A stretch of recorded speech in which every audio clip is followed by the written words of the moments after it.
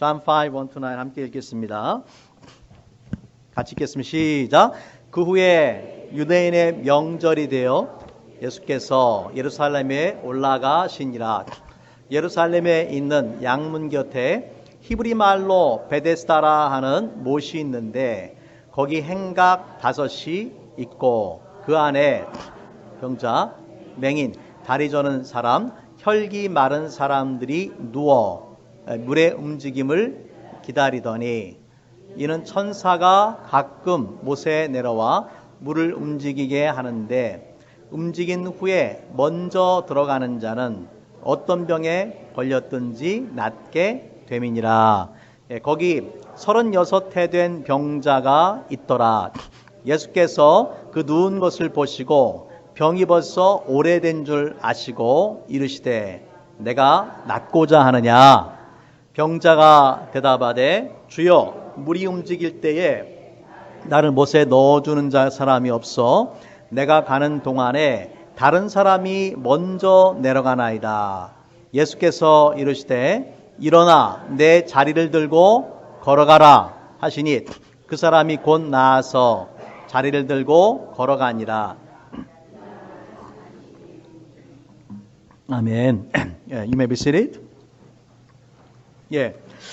어떤 그 무더운 여름에 한 청년이 그 더위에 지쳐가지고 막 땀을 흘리면서 숨을 헐떡이고 있었어요. 그런데 눈앞에 냉동실이 딱 보이는 거예요. 냉동실. 자기가 일하는 곳에 있었던 냉동실이 보여서 냉동실에 들어가면은 시원하지 않을까라는 생각이 들었습니다. 냉동실 문을 열고서 딱 들어갔어요.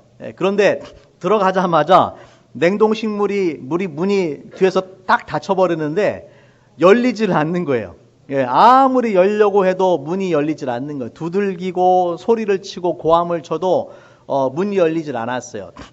그래서 이 사람이 막 긴장하기를 시작하고 정말 오랜 시간을 소리를 지르고 그러다가 아무런 응답이 없으니까 결국에 낙심을 하고 절망감에 사로잡힌 거예요. 난 이제 죽었구나. 그래서 거기에 있던 그 펜과 종이를 가지고 마지막 유서를 썼습니다. 어떻게 유서를 썼냐면은 이젠 완전한 절망이다. 죽음의 그림자가 나를 죄어온다. 내 몸은 점점 얼음으로 변하고 있다. 조금 후면은 꽁꽁 얼어 죽을 것이다. 이런 유서를 남기고 난 다음에 정말로 이 청년이 그 안에서 죽었답니다. 나중에 사람들이 이 문을 열어보니까 냉동실에서 그 숨진 시체를 발견한 것이죠. 그리고 그 유서를 발견했어요. 그런데 놀라운 것은 그 냉동고가 제대로 작동하는 냉동고가 아니었다라는 거예요. 그 냉동고의 그 온도를 보니까 사람이 살기에 적합한 섭씨 15도의 온도, 화씨로 하면 한 60도 정도니까 사람이 결코 얼어 죽을 일이 없죠. 충분히 사람이 살 수가 있고 산소도 충분했는데 그럼에도 불구하고 이 청년이 몸을 잔뜩 움츠린 채로 싸늘하게 식어서 죽어서 있었다라는 것이죠. 여러분 이걸 무엇이 청년을 죽였습니까? 냉동고가 죽인 것이 아니라 바로 절망을 한 거예요. 절망을 하고 낙심을 하고 더 이상은 소망이 없다라고 생각한 거예요. 모든 것을 포기해버린 거예요. 그 순간부터 자신의 몸이 싸늘하게 식어져 가고 그 절망감으로부터 이제 죽음이 시작된 것이죠. 여러분 많은 사람들이 인생을 살면서 절망을 경험을 합니다. 여러분도 아마 절망을 경험한 적이 있었을 거예요.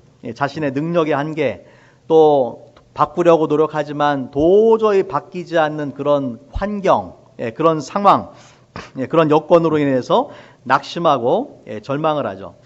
성경에 보면은 예수님을 만난 많은 사람들도 이런 그 절망적인 상황 가운데 있던 사람들이 참 많았어요. 그런데 이런 사람들이 예수님을 만나는 순간 어떻게 됩니까? 절망이 소망으로 바뀌고 슬픔이 기쁨으로 바뀌고 불가능한 것이 가능하게 되더라고요. 그 예수님을 우리가 믿고 있는 거예요. 그리고 그러한 역사들은 오늘날도 일어날 수가 있습니다. 요한복음만 해도 우리가 전에 봤던 그 사마리아 여인이 그랬고, 또 병으로 죽어가는 아들을 살려달라고 예수님 앞에 나왔던 그 왕의 신하가 그 절망적인 상황 가운데 있었잖아요. 그 외에도 예수님 만난 사람들을 생각해 보세요. 문둥병자, 소경, 안증뱅이, 또 온갖 그런 병자들, 많은 병을 가지고 있던 사람들 예수님을 만났고, 또 세리와 창녀들, 사회적으로 소외당하고 무시당하던, 소망 없이 살아가던 그런 사람들이 예수님을 만났는데, 그런 사람들이 예수님을 만나고 나서 그 삶이 완전히 변화되는 인생을 살게 되었습니다. 여러분의 삶도 예수님을 만남으로 절망이 소망으로 바뀌시기를 예수님의 이름으로 축원합니다. 오늘 우리가 읽은 본문에도 정말 삶에 낙이 없는 사람, 절망 가운데 살아갔던 한 사람을 예수님께서 만나주시고 그 사람의 인생이 변화되는 이야기가 오늘 우리 함께 읽은 말씀 속에 기록이 되어 있습니다. 자, 먼저 그 말씀의 배경을 보면은 1절과 2절 말씀에 보면은, 자, 그 후에 유대인의 명절이 되어 예수께서 예루살렘에 올라가시니라. 여기 보면 이제 그 장소, 시간적인 배경과 공간적인 배경이 나오는데, 그 후에라는 것은 지난번에 우리가 읽었던 사건이죠. 이 가나에서 예수님께서 왕의 신하의 아들을 고쳐주신 사건이에요. 갈릴리에 계셨어요. 여러분 기억나시죠? 예루살렘에 계시다가 사마리아 가서 사마리아 여인을 만나시고, 갈릴리에 가셔가지고 이 왕의 신하의 아들을 고쳐주시고, 그 갈릴리에 계시다가 이제 또 어디로 내려오세요? 예루살렘으로 다시 내려오신 거예요. 때는 언제입니까? 유대인의 명절. 유대인의 명절 어느 때인지는 모르지만은, 뭐 우리가 추석, 설날 이렇게 지키는 것처럼 유대인에게 그 3대 명절이 있는데, 6월절, 칠칠절 또는 오순절이라고 부르는 칠칠절, 그리고 초막절, 이 세 가지 3대 절기에는 유대인의 모든 성인 남자들이 예루살렘 성전으로 와야 되는 그런 율법의 조항이 있어요. 그렇기 때문에 어떤 명절인지 정확하게 알지는 못하지만은 아마 이 세 가지 명절 중에 하나였을 것입니다. 자, 그래서 예수님께서 그 예루살렘에 내려오셨는데, 특별히 예루살렘에 어디로 오셨는지가 기록이 되어 있죠. 2절 말씀해 보니까 예루살렘에 있는 양문 곁에 히브리 말로 베데스다라 하는 못이 있는데 거기 행각 5이 있고, 베데스다라는 연못이 있는데 그 옆에 뭐가 있다고요? 양문이 있다. 자, 양문이라는 것은 뭐냐면은 그 예루살렘 그 성전 안으로 들어가는 그 성전벽에 많은 문들이 있었어요. 그 문들의 이름이 각각 달랐는데, 양문은 어떤 역할을 하냐면은 제사장들이 제물로 드릴 양들을 끌고 들어가는 문입니다. 쉽게이트라고 해요. 쉽게이트. 그래서 제사장들이 제사를 드리기 위한 양을 끌고 들어가는 문이라고 해서 양문이라고 부르는데, 그 양문에 들어가기 전에 베데스다라는 연못이 있습니다. 이 연못에서 먼저 이 양들을 깨끗하게 씻었어요. 자, 그래서 제가 한번 그림을 보여드릴게요. 사진을 보여드리면,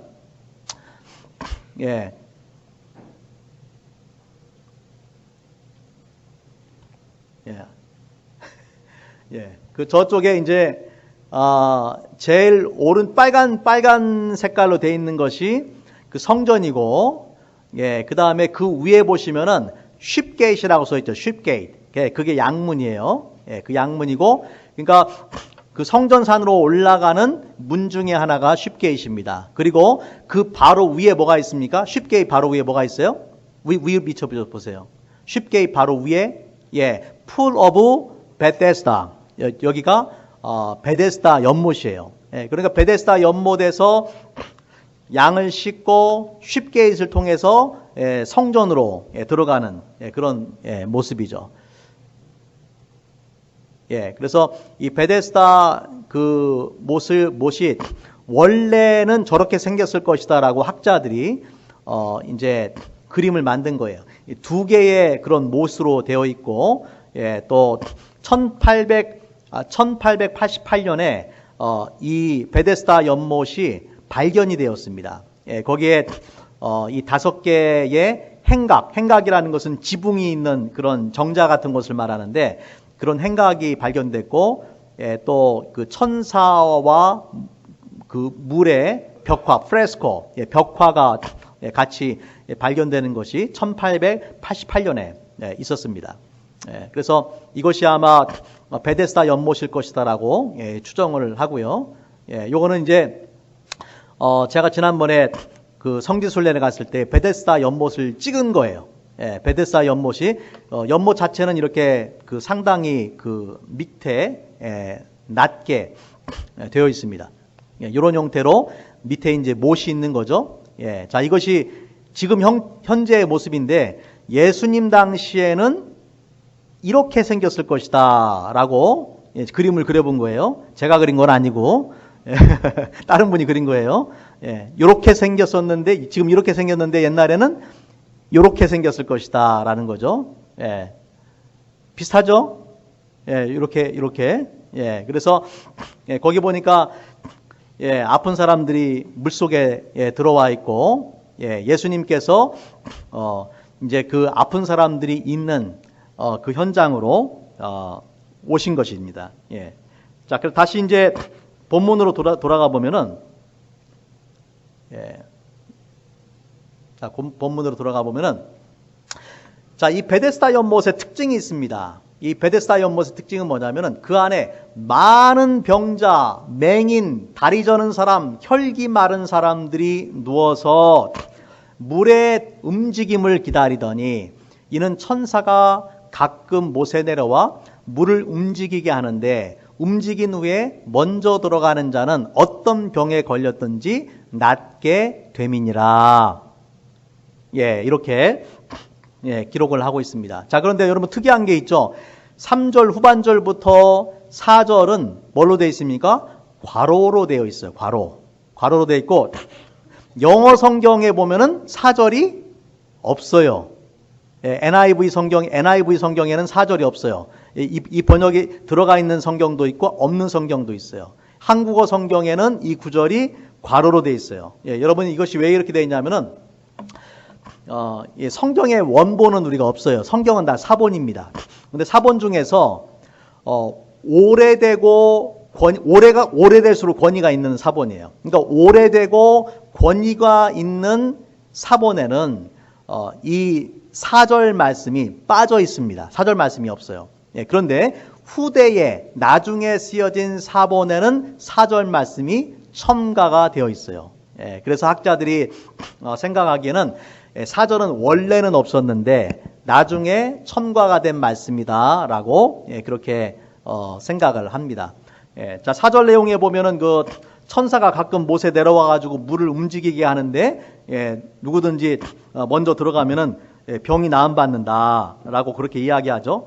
자, 이것이 진짜인지 아닌지는 모르지만은 우리가 대부분의 학자들은 이것은 아마 전설처럼 내려오는 이야기였을 거다라고 생각을 합니다. 성경의 원본에도 없었고 후대에 첨가가 되었는데 아마 사람들이 그렇게 믿었던 것 같아요. 실제 그런 일이 일어났기보다는 그렇게 믿고서 있었다라는 것이죠. 어쨌든 중요한 것은 실제 천사가 내려와서 물을 움직이게 한다 할지라도 모든 병자가 나음받는 게 아니라 누구만 나음받습니까? 먼저 뛰어들어가는 사람만, 한 사람만 병이 나음받았다라는 거예요. 그러니까 경쟁률이 얼마나 치열하겠어요. 물이 움직이는 걸 봐가지고 번쩍 뛰어들어야 되는데. 여러분 어쩌면은 이 베데스다의 연못은 우리가 살아가는 그 세상의 모습을 잘 반영해 준다라고 생각을 합니다. 저마다 문제를 가지고 사는 거예요. 그 많은 병자들이 저 안에 있는 것처럼 우리도 다 문제를 가지고 살아가요. 그러면서 좀 더 행복한 삶, 좀 더 성공적인 삶을 살기를 원하지만은 너무나 경쟁이 치열해요. 치열한 경쟁 속에서 서로 살아남으려고 그렇게 살다 보니까 그 경쟁에서 지친 많은 사람들이 좌절하고 낙심하고 절망하고 삶의 의욕을 상실한 채로 그렇게 살아가고 있는 것이죠. 그것이 우리가 살아가는 이 베데스다 연못이 마치 우리가 살아가는 세상을 잘 대표해 주는 것 같다라는 생각을 말씀을 준비하면서 해봤습니다. 자, 이렇게 그 절망 가운데 살아가는 사람들 중에 하나가 누구였냐면은 오늘 말씀의 주인공이죠. 오늘 말씀에 보니까 거기에 38년 38해를 88해 동안에 그 병을 앓고 있던 병자가 있더라. 병자가 있더라. 어쩌면은 그 병자들 중에 많은 병자들 중에서 최고참 병자인지도 몰라요. 38년 동안을 앓았으니까 얼마나 오랫동안 그 병에 시달렸겠어요. 6절 말씀에 보면은 예수께서 그 누운 것을 보셨다. 또 병이 오래된 걸 아셨다라고 말하는데, 그러니까 자기 스스로 일어나지를 못하고 그냥 들것에 누워가지고 38년을 그렇게 있는 거예요. 그런 환자를 만나 주신 것이죠. 스스로 걸을 힘조차도 없는 그런 중증 환자, 얼마나 불행한 그런 인생입니까? 그런 사람을 만나 주신 거예요. 중요한 것은 무엇입니까? 이 절망에 빠져 있는 이 사람에게 예수님께서 바로 그 자리에 오셨다라는 거예요. 여러분, 우리가 성경에 보면 예수님을 만난 사람들이 많이 있는데, 어떤 사람들은 예수님을 제 발로 찾아온 사람들이 있고, 어떤 사람들은 예수님이 찾아가 주신 사람들이 있어요. 그러니까 지금 이 38년 된 병자 같은 경우는 자기 스스로 예수님 앞에 올 수 있는 사람이 아니잖아요. 그러니까 예수님께서 그 사람을 찾아가 주신 거예요. 여러분도 마찬가지입니다. 예수님께서 저와 여러분을 찾아와 주신 거예요.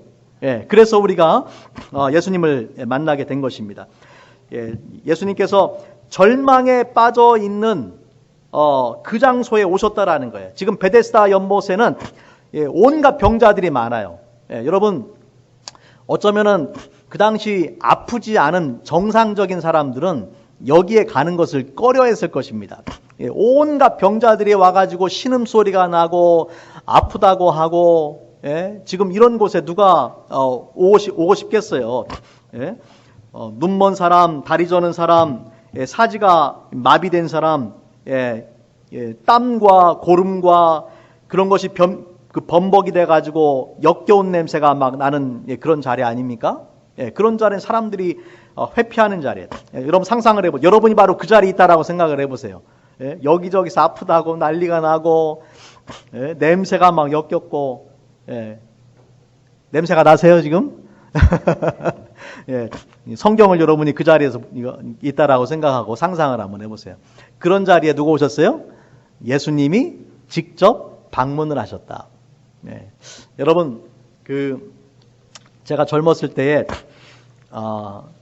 지금도 젊지만 더 젊었을 때에 20대 대학생 때에 제 친구하고 이제 그 친구는 지금 영국에서 목회를 하고 있어요. 런던에서. 그 친구하고 둘이 우리 금식하고 기도하자 해가지고 어딜 가냐면은 포천에 있는 할렐루야 기도원을 갔습니다. 그 포천 할렐루야 기도원은요, 정말 기적이 많이 나타났던 곳이에요.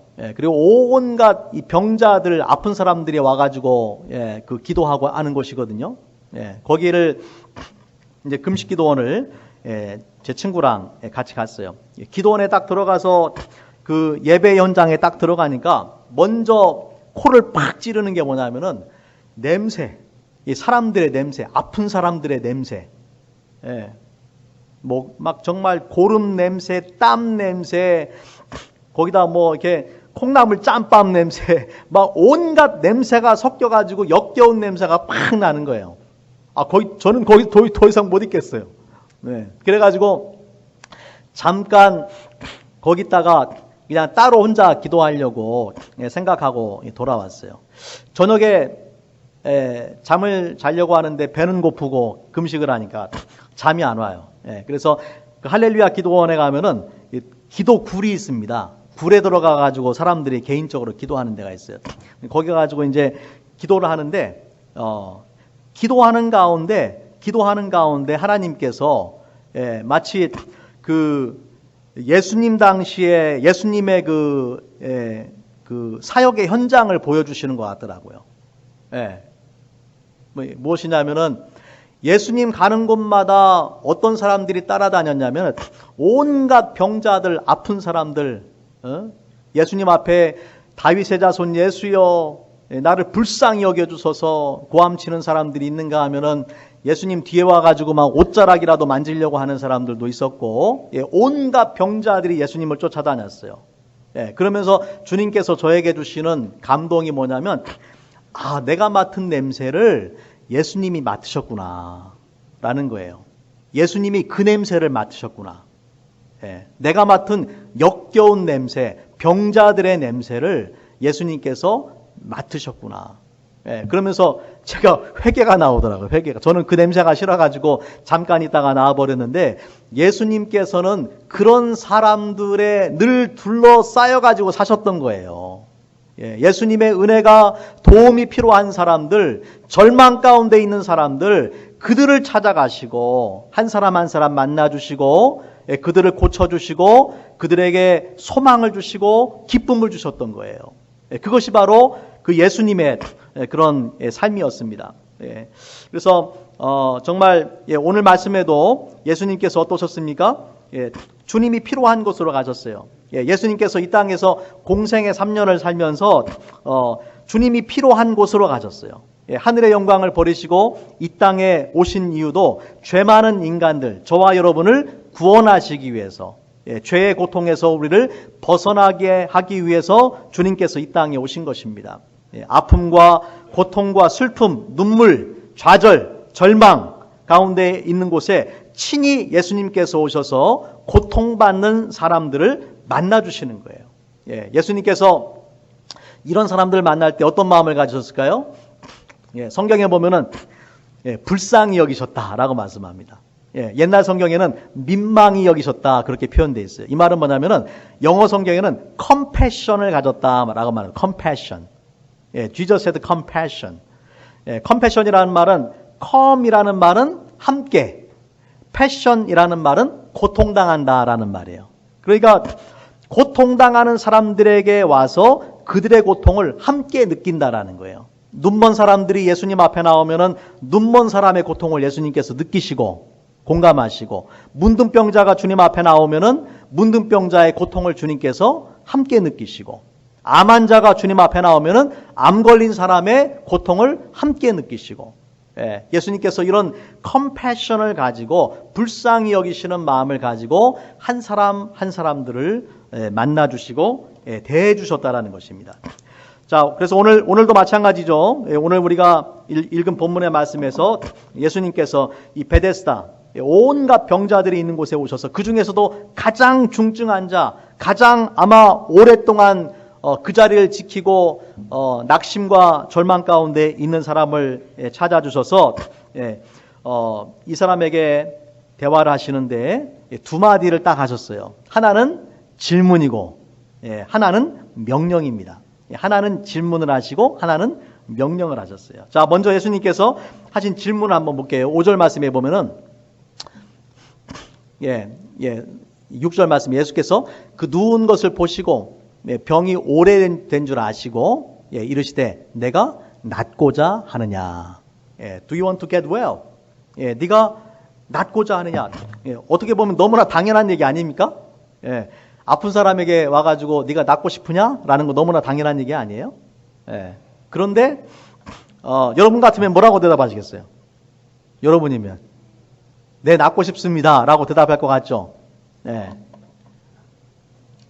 자, 그런데 이 오늘 말씀 속에 나오는 병자가 뭐라고 대답을 하는가 보면은요, 네, 낫고 싶습니다라고 하는 게 아니라 주여 물이 움직일 때에 나를 못에 넣어주는 사람이 없어 내가 가는 동안에 다른 사람이 먼저 내려가나이다.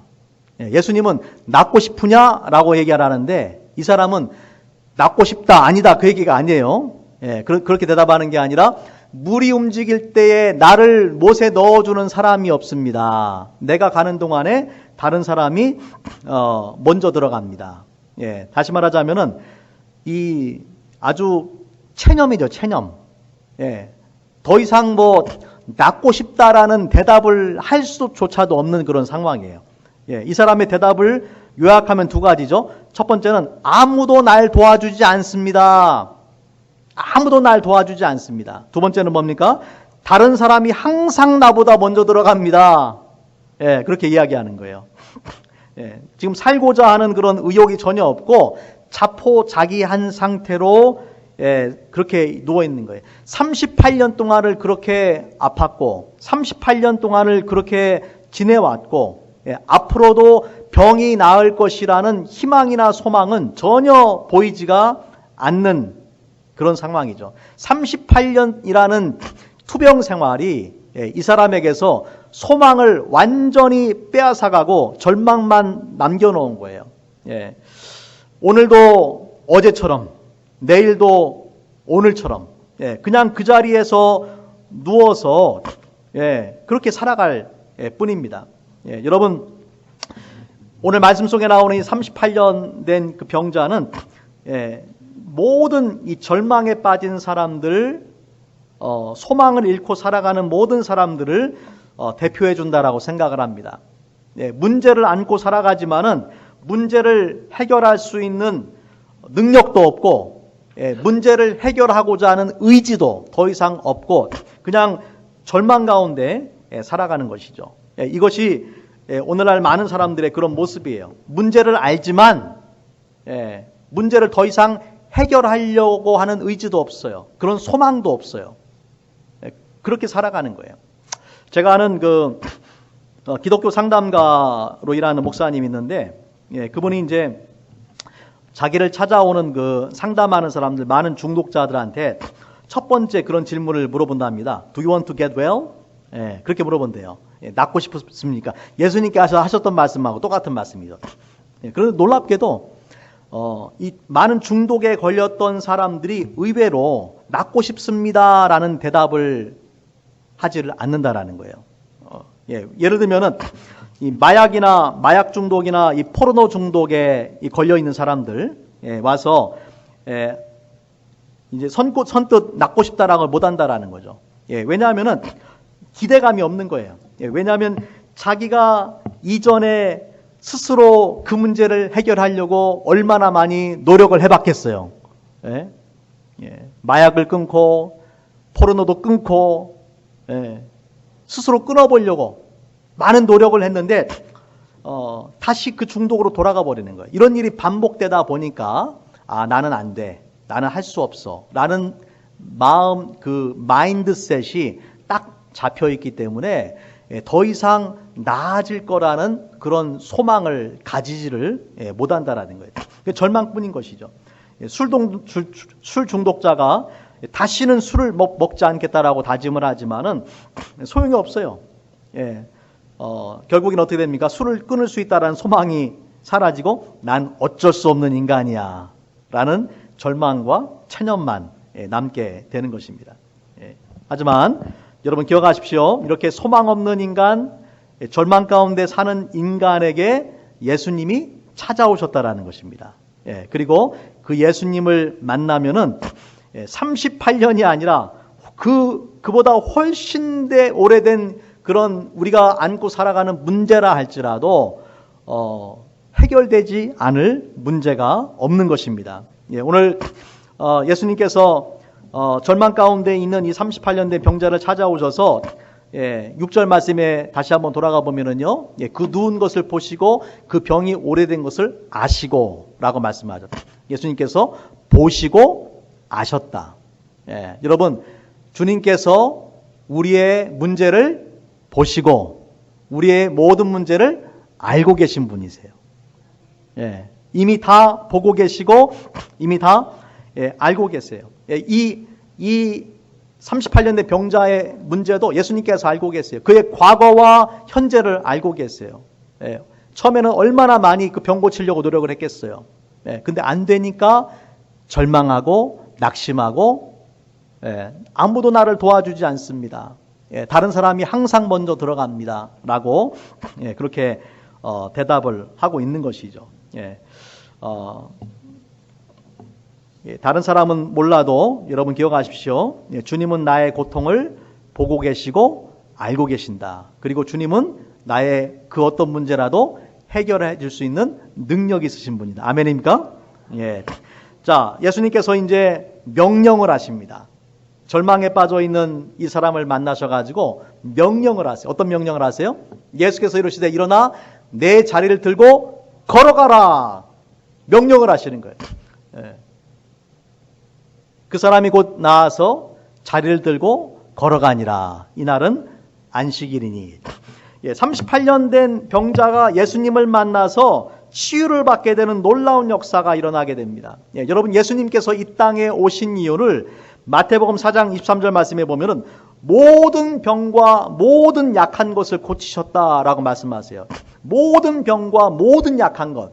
예, 여기서 말하는 모든 약한 것은, 모든 병과 모든 약한 것은 인간의 육신의 문제뿐만 아니라 영적인 문제, 정신적인 문제를 다 포함하는 거예요. 영과 혼과 육의 문제를 예수님께서 다 고쳐주실 수가 있다라는 것입니다. 전인간적인 그런 치유를 말하는 것입니다.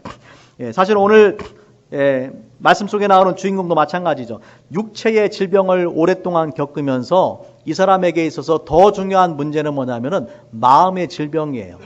소망을 잃고 낙심한 채로 그냥 그렇게 살아가는 거예요. 육신의 질병보다도 더 심한 것이 절망이라는 이 마음의 질병을 안고 살아간 것입니다. 낮아질 대로 낮아진 자존감, 또 타인에 대한 의존감, 또 나를 도와주지 않는 사람들에 대한 원망과 불평, 패배의식, 열등의식, 이런 것을 가지고 지금 살아가고 있는 거예요. 자, 예수님께서 그 사람을 어떻게 고쳐주십니까? 그 사람의 손을 붙잡고 일으켜 세워주셨어요? 그렇게 안 하셨어요. 그 사람의 손을 붙잡아 일으켜 주신 게 아니라 네가 일어나서 내 자리를 들고 걸어가라 말씀하셨어요. 여러분, 이것이 큰 차이죠. 예수님께서 일으켜 세워주시는 거하고 그 사람이 자기 스스로 일어나는 건 큰 차이예요. 예. 성경에 보면은 예수님께서 이 병 고치는 방법이 다 달라요.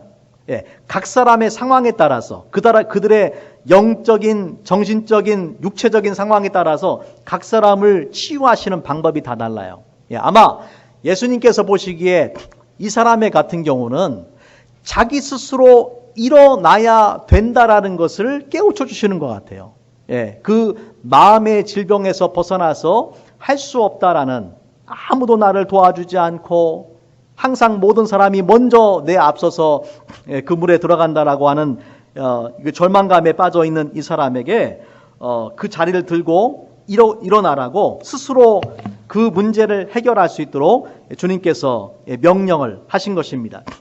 그리고 우리가 얼마나 많은 사람들이 정말 스스로 일어날 힘을 잃고 살아갑니까? 자기 스스로 뭔가를 할 수 있는 의지를 다 포기하고 살아가요. 그리고 오늘 말씀 속에 나오는 사람처럼 다른 사람의 탓을 하죠. 남들이 나를 도와주지 않아요. 때로는 부모 탓하고 형제를 탓하고 남편 탓하고 아내 탓하고 자식 탓하고 친구 탓하고 누군가를 원망하고 불평하면서 자신의 인생을 한탄하면서 그렇게 살지를 않습니까? 하지만 우리 주님이 원하시는 것은 우리가 더 이상 주님을 만나는 순간에 과거의 노예로 발목 잡혀서 살기를 원치 않으시는 것입니다. 주님께서 우리에게 명령하시는 거예요. 네가 일어나서 내 자리를 들고 걸어가라. 주님께서 명령하실 때는 주님께서 그러한 능력이 있기 때문에 명령을 해주시는 것이죠. 예수님께서 하늘과 땅의 모든 권세를 가지신 분 아닙니까? 그 주님께 우리를 창조하시고 우리의 구원자가 되시는 그 예수님께서 우리를 치유해 주시는 거예요. 그래서 이 사람의 마음의 병을 고쳐주시고 육신의 병을 고쳐주시고, 자, 그 나중에 예수님께서 이 사람을 만나십니다. 만났을 때에 뭐라고 말씀하시냐면은 그 요한복음 5장 14절에 그의 예수께서 성전에서 그 사람을 만나 이르시되 보라 내가 나았으니 더 심한 것이 생기지 않게 다시는 죄를 범하지 말라. 자, 모든 병이 죄에 의해서 생기는 건 아니에요. 하지만은 이 사람의 같은 경우에는 그 병의 문제가 아마 죄에 있었던 것 같아요. 그러니까 예수님께서 뭐라고 말씀하시냐면은 더 심한 것이 생기지 않게 다시는 죄를 범하지 말아라. 다시 말하자면은 이 사람의 영적인 문제를 치유해 주시는 것입니다. 예, 그래서 예수님께서 육신의 질병을 안고 살아가는 이 사람을 만날 때에 육신만 본 것이 아니라 그 마음, 예, 정신적인 문제, 또 영적인 문제를 같이 치유해 주시는 거예요. 예, 여러분 우리가 주님 앞에 나올 때에 주님께서 우리를 치유해 주시는 방법은 바로 영과 혼과 육을 온전히 치유해 주기를 원하시는 줄로 믿으시기를 바랍니다. 자, 오늘 말씀 속에 예수님께서 이 38년 된 병자를 만나 주신 곳은 이 베데스다라는 그 연못이죠. 예수님께서 이 병자를 만나 주신 것처럼 오늘날도 절망에 빠진 사람들을 만나 주시고 그 절망을 소망으로 바꿔 주시기를 원하십니다. 베데스다라는 말의 그 원어의 의미가 뭐냐면요. 이 House of Mercy, House of Grace라는 의미를 가지고 있어요. 다시 말하자면은 베데스다라는 말은 자비의 집, 은혜의 집이다라는 것이에요. 자비의 집, 은혜의 집. 저는 오늘날 이 교회가 우리 교회가 특별히 이 자비의 집, 은혜의 집이 되기를 바랍니다.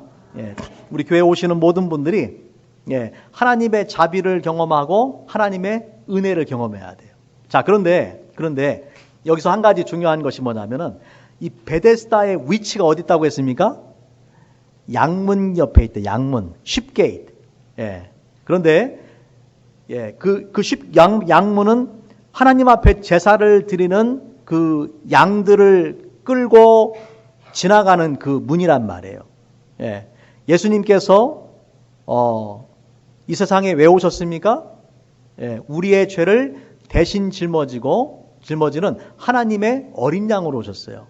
그래서 요한복음에 보면은 침례 요한이 뭐라고 말하냐면은 보라 세상 죄를 지고 가는 하나님의 어린 양이다라고 말씀하시죠. 하나님의 어린 양 대신 예수 그리스도를 만날 때에 우리가 자비의 집, 은혜의 집에서 거기에서 정말 하나님의 예비하신 예수님을 통한 그런 은혜와 자비를 경험을 할 수가 있는 것입니다. 말씀을 정리하겠습니다. 여러분, 성경에 나오는 이 사건은 그냥 과거의 역사 속의 한 이야기로 우리가 읽으라고 주신 말씀이 아니에요. 이 말씀을 읽으면서 오늘 나에게 주시는 음성이 무엇인지를 들어야 됩니다. 38년 된 병자처럼 어제도 오늘처럼, 오늘도 내일처럼, 내일도 오늘처럼 아무런 소망이 없이 절망 가운데 문제는 알고 있지만은 그걸 해결할 의지도 가지고 있지 않고 그렇게 살아가는 사람들에게 예수님을 만나면은 그 문제가 해결될 수 있다라는 소망을 주시는 거예요. 예수님을 만나면은 우리의 삶의 궁극적인 문제, 특별히 내가 스스로 해결할 수 없는 죄의 문제가 해결되고 우리의 마음의 질병의 문제가 해결되고 육신의 질병의 문제가 해결될 수 있다라는 것을 보여주는 것입니다. 오늘 말씀을 통해서 여러분이 정말 38년 된 병자가 만났던 예수님을 만나시기를 바랍니다. 같이 한번 우리 기도하겠습니다. Let us pray together. 오늘날 많은 사람들이 육신의 질병, 정신적인 질병, 또 영적인 질병을 가지고 살아갑니다. 여러분 하지만 기억하시기 바랍니다.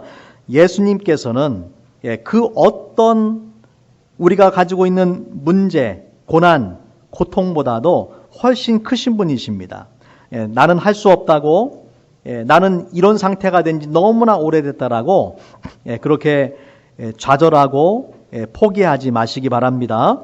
여러분이 가지고 있던 문제가 어떤 문제이든지 그것이 영적인 문제, 또 정신적인 문제, 육신의 질병의 문제, 또 온갖 종류의 중독들, 내 힘으로 내가 일어날 수 없고 내 힘으로 내가 끊을 수 없지만은 예수님을 만날 때에 주님 주시는 능력으로 모든 것들이 될 수 있음을 믿으시기를 바랍니다. 예수님의 이름으로 일어나시기를 바랍니다. 이 시간 함께 우리 기도할 때에 주님 정말 우리를 일으켜 세워 주시옵소서. 좌절과 절망과 낙심 가운데 있지 아니하고 예수님의 명령을 오늘 듣고 그 말씀을 따라서 자리에서 일어나게 하여 주시옵소서. 우리가 새로운 인생을 살아갈 수 있도록 함께 하여 주시옵소서. 과거의 상처와 실패와 절망과 낭망에서 벗어나서 과거의 노예로 살지 아니하고 새로운 인생을 살게 하여 주옵소서. 우리 같이 한번 통성으로 잠깐 기도하기 원합니다. 같이 기도하겠습니다. 할렐루야. 아버지 하나님 감사합니다. 오늘 우리들에게 귀한 말씀을 주심을 인해서 감사합니다. 38년 된 병자가 예수님을 만날 때에 그 병이 나음받은 것처럼 아버지 하나님 우리의 육신의 문제 또 정신적인 문제 우리의 영적인 문제들이 예수님을 만날 때에 모두 해결될 수 있을 줄로 믿습니다. 주님 과거의 상처에 노예로 살지 아니하게 도와주시고 힘주시고 내주셔서 주님의 명령을 우리가 듣고 과감하게 일어날 수 있도록 주님 함께하여 주시옵소서. 내게 능력 주시는 자 안에서 능치 못할 것이 없음을 주님 믿습니다. 예수의 이름으로 일어나게 하시고 예수의 이름으로 모든 질병들이 떠나가게 하시고 예수의 이름으로 모든 악한 영의 역사가 떠나가게 하여 주시옵소서. 감사드립니다. 주님 감사합니다. 38년 된 병자가 주님을 만날 때에 슬픔이 기쁨으로 바뀌고 절망이 소망으로 바뀐 것처럼 주님 내가 스스로 해결할 수 없는 무거운 인생의 짐들을 주님 앞에 내려놓습니다. 주님을 만날 때에 불가능한 것이 가능해지고 절망이 소망으로 바뀌는 줄로 믿습니다. 일어나 걸으라는 주님의 음성을 우리가 듣게 도와 주시옵소서. 내 스스로 해결할 수 없는 그런 문제들에 아버지 하나님 족쇄를 끊어버리게 도와주시고 우리가 과감하게 예수의 이름으로 일어나서 새로운 삶을 살아가고 또한 주님을 증거하는 그런 삶을 살아갈 수 있도록 하나님 함께하여 주시옵소서. 우리 사랑교회가 자비의 집, 은혜의 집이 되게 하여 주시옵소서. 감사하며 우리 주 예수님의 이름으로 기도합니다.